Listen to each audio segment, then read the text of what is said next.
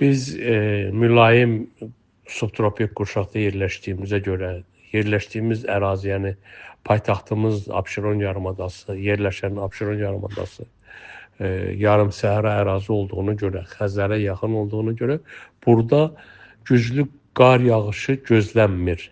Yəni ümumiyyətlə bu ərazidə Abşeron yarımadasında illik yağıntıların miqdarı da çox az olur, bildiyiniz kimi, daha çox quraqlıq olur. Lakin qışda qısa müddətli də olsa qar rast gəlir. İldə dekabr, yanvar aylarında, bəzən olur fevral ayında qar yağışına biz rast gəlirik. Bu da daxil olan soyuq hava kütlələrindən asılıdır və güman olunur ki, ehtimalla, yəni bildiyimizə görə, biz öyrəndiyimizə, oxuduğumuza, bilgilərimizə dayanaraq deyə bilərik ki, irəli günlərimizdə qar yağışı gözləyirik.